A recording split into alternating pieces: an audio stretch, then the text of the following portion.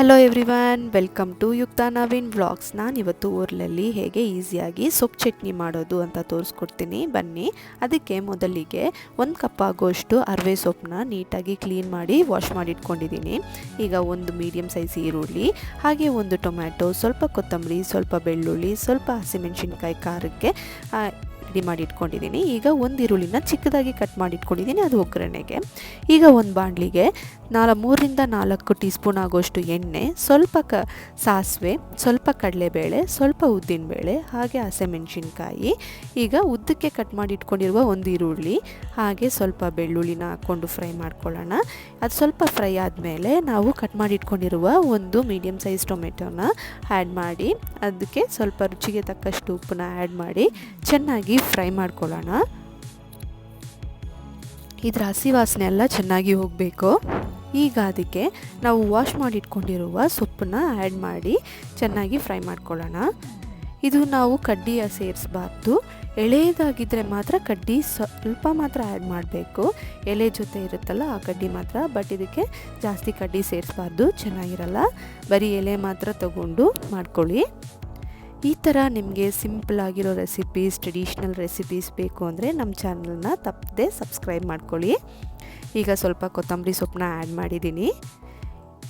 ಈಗ ಇದಕ್ಕೆ ನಾವು ನೀರೇನು ಸೇರಿಸ್ತಾ ಇಲ್ಲ, ಸೊಪ್ಪಲ್ಲೇ ಇರುವ ನೀರಲ್ಲೇ ಇದು ಚೆನ್ನಾಗಿ ಬೆಂದು ಬರಬೇಕು. ಆ ನೀರು ಫುಲ್ಲು ಡ್ರೈ ಆಗಬೇಕು, ಅಲ್ಲಿವರೆಗೂ ಇದನ್ನು ನಾವು ಫ್ರೈ ಮಾಡ್ಕೋಬೇಕಾಗುತ್ತೆ. ಹಾಗೆ ಇದಕ್ಕೆ ನಾನು ಹುಣಸೆಹಣ್ಣು ಒಗ್ಗರಣೆಯಲ್ಲಿ ಸೇರಿಸೋದು ಮರ್ತೋದೆ, ನೀವು ಇದಕ್ಕೆ ಆ್ಯಡ್ ಮಾಡ್ಬೋದು. ಈಗ ನಾವು ವಾಶ್ ಮಾಡಿ ಇಟ್ಕೊಂಡಿರುವ ಒರಳಿಗೆ ಈಗ ನಾವು ಫ್ರೈ ಮಾಡ್ಕೊಂಡಿರುವ ಸೊಪ್ಪನ್ನ ಆ್ಯಡ್ ಮಾಡಿಕೊಂಡು ರುಬ್ಕೊಳ್ಳೋಣ.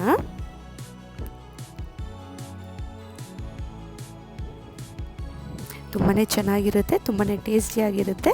ಟ್ರೈ ಮಾಡಿ ನೋಡಿ. ನಮ್ಮ ಚಾನಲ್ನ ಸಬ್ಸ್ಕ್ರೈಬ್ ಮಾಡೋದಕ್ಕೆ ಮರಿಬೇಡಿ.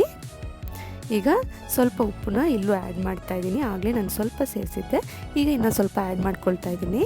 ಈಗ ಅದನ್ನು ನುಣ್ಣಗೆ ರುಬ್ಕೊಳ್ಳೋಣ.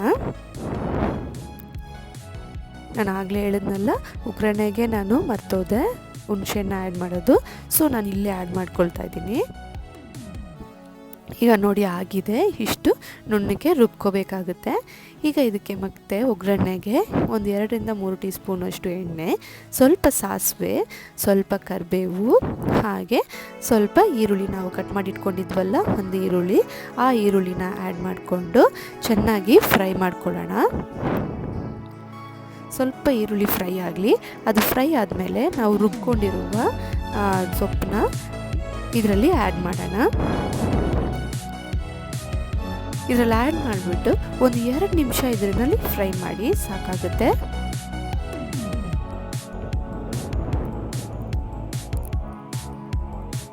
ನೀವು ಒಗ್ಗರಣೆಗೆ ಬೇಕಾದರೂ ಜೀರಿಗೆ ಆ್ಯಡ್ ಮಾಡ್ಬೋದು. ನಾನು ಇದಕ್ಕೆ ರುಬ್ಬೋದಕ್ಕೆ ಜೀರಿಗೆ ಆ್ಯಡ್ ಮಾಡಿದ್ದೀನಿ, ಸೊ ನಾನು ಒಗ್ಗರಣೆಗೆ ಆ್ಯಡ್ ಮಾಡ್ತಾ ಇಲ್ಲ.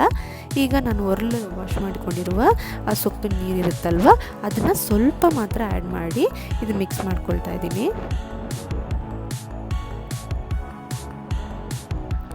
ಇದೊಂಚೂರು ಮಿಕ್ಸ್ ಆದರೆ ಸಾಕು, ನಾವು ಸ್ಟವ್ ಆಫ್ ಮಾಡ್ಕೊಬಿಡೋಣ. ಈಗ ಇದು ರೆಡಿಯಾಗಿದೆ. ಬಿಸಿ ಬಿಸಿಯಾದ ಅನ್ನದ ಜೊತೆ ಸ್ವಲ್ಪ ತುಪ್ಪ ಹಾಕ್ಕೊಂಡು ಅದ್ರ ಮೇಲೆ ಈಗ ಸೊಪ್ಪು ಚಟ್ನಿ ಹಾಕ್ಕೊಂಡು ತಿಂತಾಯಿದ್ರೆ ತುಂಬ ಚೆನ್ನಾಗಿರುತ್ತೆ. ಮಿಸ್ ಮಾಡದೆ ಟ್ರೈ ಮಾಡಿ ನೋಡಿ. ನಿಮಗೆ ಈ ವಿಡಿಯೋ ಇಷ್ಟ ಆಗಿದ್ರೆ ಲೈಕ್ ಮಾಡಿ, ಶೇರ್ ಮಾಡಿ, ಕಮೆಂಟ್ ಮಾಡಿ, ಮರೀದೆ ಸಬ್ಸ್ಕ್ರೈಬ್ ಮಾಡಿ. Thanks for watching.